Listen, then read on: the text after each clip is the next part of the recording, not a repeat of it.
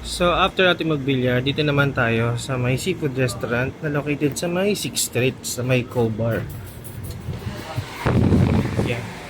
Amoron Lake Seafood Restaurant.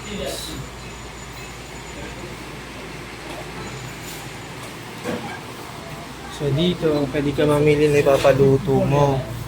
Ayan, pwede ka mamili ng papaluto mo. Hipon, merong sherry, iba't ibang isda.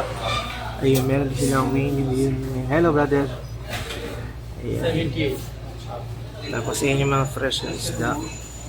Tapos dito tayo pwesto. Diyan. So yun yung menu nila guys. I-post nga na lang.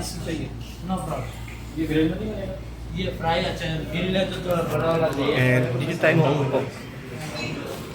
Ayan. So yan, sinserve na guys yung ating order. Ito na yung isda. Ito na yung shrimp. Ito tayong tom yum. And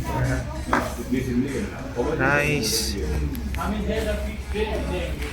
Kain tayo guys. Sama natin si Ralph.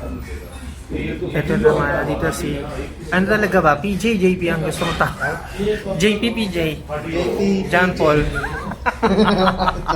So yan, kain na tayo guys.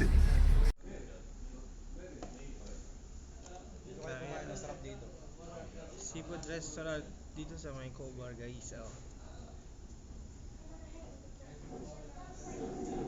Kain tayo. So after neto, tambay naman tayo sa kapihan. Hanap tayo ng pagkakapihan sa Adjtant siguro dito sa Co-Bar. So for now, kain naman tayo. Nagutom yung mga nagbilyar. Let's go!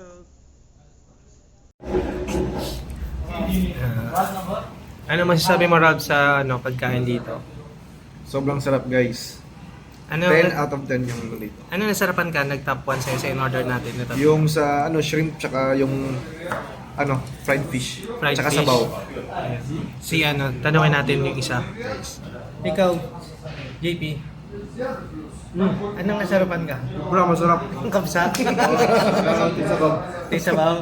Ayun. Sarap nga guys. Sa plato, sa sa hain na kumain. So to continue to ating content, punta tayo sa Kapihan guys. Doon tayo magkwentuhan. Let's go!